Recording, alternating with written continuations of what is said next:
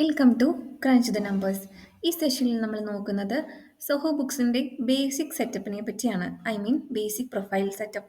അതിനായിട്ട് നമ്മൾ സെറ്റിങ്സിൽ പ്രൊഫൈൽ എന്നുള്ള ബട്ടണിൽ ക്ലിക്ക് ചെയ്യുക. ഇവിടെയാണ് നമ്മൾ ഓർഗനൈസേഷൻ്റെ ലോഗോ അപ്ഡേറ്റ് ചെയ്ത് കൊടുക്കുന്നത്. ഇവിടെ നമുക്ക് അത് നമ്മുടെ സിസ്റ്റത്തിൽ നിന്നും ഇവിടേക്ക് നമുക്ക് അപ്ലോഡ് ചെയ്യാനുള്ള ഓപ്ഷൻ ഉണ്ട്.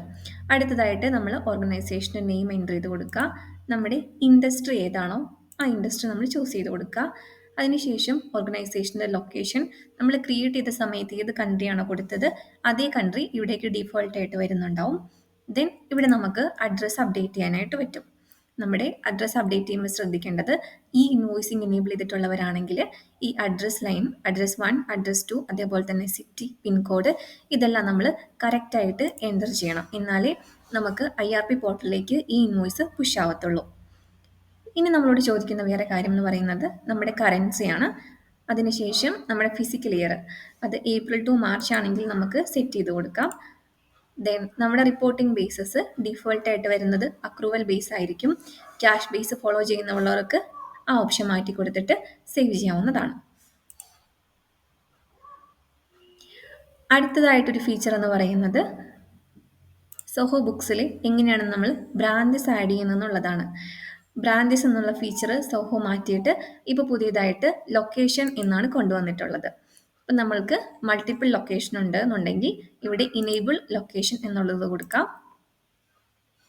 അപ്പം നമ്മൾ ഓൾറെഡി ക്രിയേറ്റ് ചെയ്ത് വെച്ചേക്കുന്ന നമ്മുടെ ലൊക്കേഷൻ അത് ഡിഫോൾട്ടായിട്ട് ഹെഡ് ഓഫീസ് എന്ന് വരും.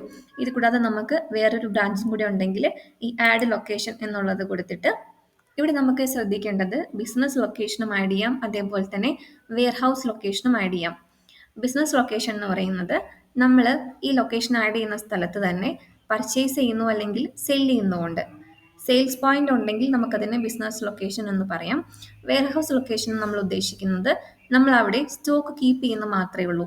ഇപ്പം നമ്മൾ ഒരു സ്ഥലത്തേക്ക് പർച്ചേസ് ചെയ്ത് സ്റ്റോക്ക് കീപ്പ് ചെയ്യുന്നു, അവിടെ നിന്നും ട്രാൻസ്ഫർ ഓർഡർ വഴി നമ്മൾ വേറൊരു ബ്രാഞ്ചിലേക്ക് മാറ്റിയിട്ടാണ് സെല് ചെയ്യുന്നത്. നമ്മുടെ ഈ ഫസ്റ്റത്തെ പോയിന്റ് സ്റ്റോക്ക് കീപ്പിങ്ങിന് വേണ്ടി മാത്രമാണെന്നുണ്ടെങ്കിൽ നമുക്കതിനെ ഒരു വെയർഹൗസ് ലൊക്കേഷനാക്കി ക്രിയേറ്റ് ചെയ്താൽ മതിയാവും.